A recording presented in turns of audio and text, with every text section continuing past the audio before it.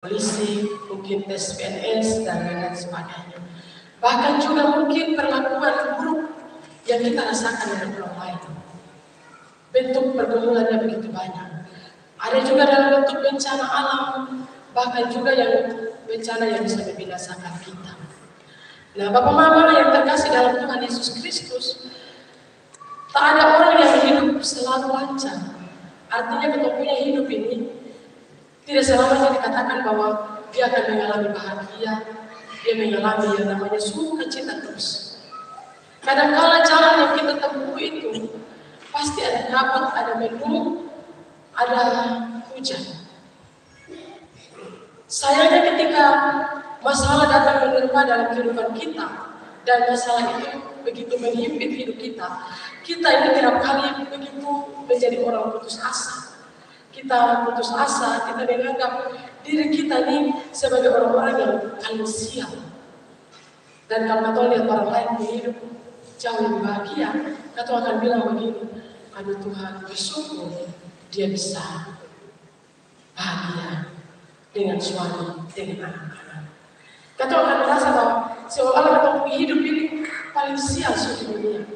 Susah sakit lagi, dokter vonis lagi, bilang kanker lagi, ini, itu, dan sebagainya. Kita menganggap itu diri sial. Seolah hanya diri kita ini yang punya masalah.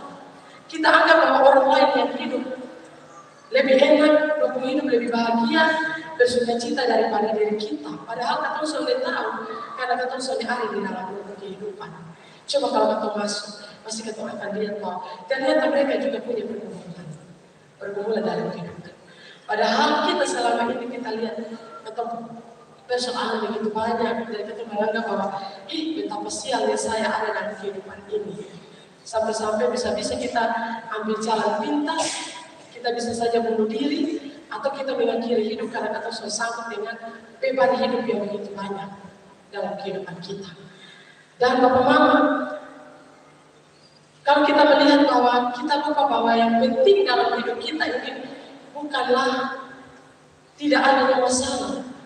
Mau besar, mau kecil itu masalah, mau ada rintangan dalam hidup kita di depan kita. Kita tidak melihat itu, melainkan bagaimana kita melihat sikap kita menghadapi masalah yang ada dalam kehidupan kita. Kadang kita menghadapi masalah, persoalan itu sudah tutup ketemu mata, jadi kita tidak lihat lagi jalan keluar. Tadi lagu di Philadelphia bilang bahwa Allah turut bekerja dalam segala hal, mendatangkan segala sesuatu. Bapak Mama, kita seringkali melihat masalah itu jauh lebih besar dari Tuhan kita. Kita lebih melihat masalah itu lebih besar dari kita punya persoalan hidup.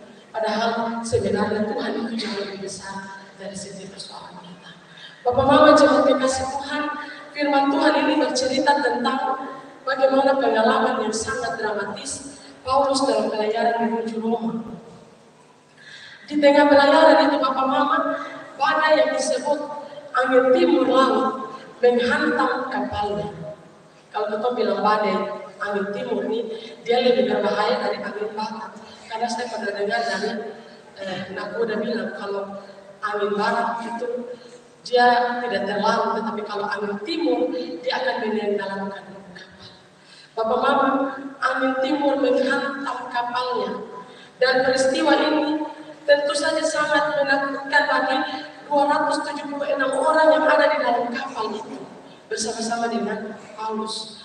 Nah, mereka berhari-hari ini ada di tengah-tengah lautan.